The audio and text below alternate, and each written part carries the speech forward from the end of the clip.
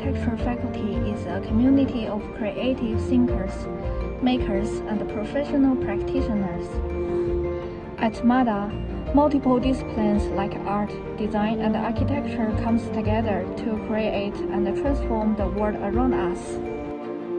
Our interviewee is Daniel Nyandega. Dan is a PhD graduate from Monash University and is currently a teaching associate at Monash.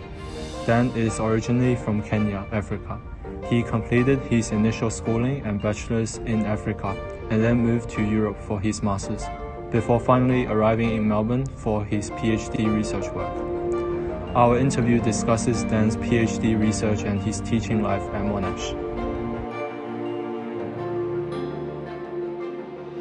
The PhD is based on water-sensitive cities. Yeah.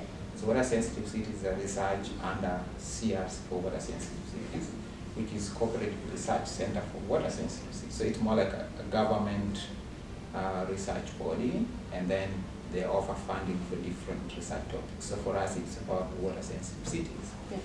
which came from the idea of millennium drought in Australia, and then now the issues of cities growth and climate change and water pollution and water scarcity and excess water, flooding, inundation and stuff. Because my PhD is very much grounded on climate change and water sensitive design.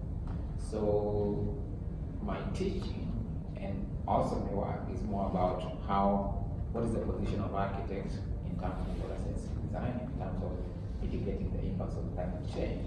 Because at the end of the day, every design you do, you put it, and it takes a bit of footprint within the world, and then at the same time it contributes to carbon.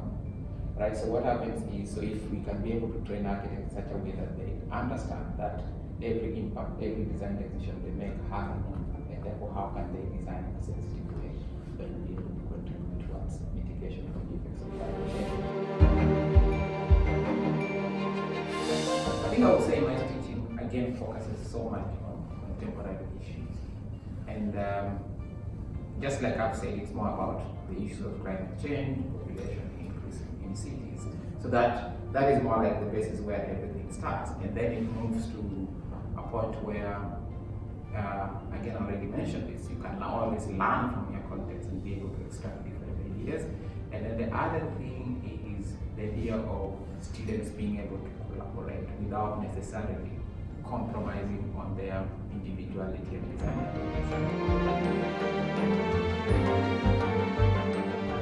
One of the challenges was too much work, which comes with a lot of stress and mental health. And having gone through that as a student, now I look back and at times ask myself whether is it really necessary for that to happen. So maybe it's more about how do the tutor manage it in such a way that the work you're giving to the student is not too much, but it's work that, I mean, it's, how do I put it, it's sensible.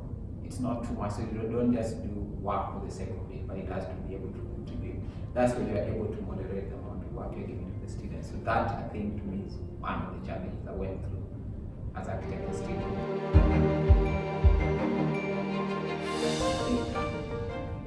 I always tell my students that architecture is not like mathematics where you say 1 + 1 is 2. So it's subject to a lot of interpretation. So all you need to do is just keep going and keep putting ideas out there. At the end of the day, when you put so many ideas, one of them or two of them will be really perfect. So don't focus on one and not doing it. Then the other thing I always tell my students is don't have one design and stick to it. Be able to let go and pick another design ideas and exploit it, and let that go and pick another one and exploit it, let it go and pick another and exploit it.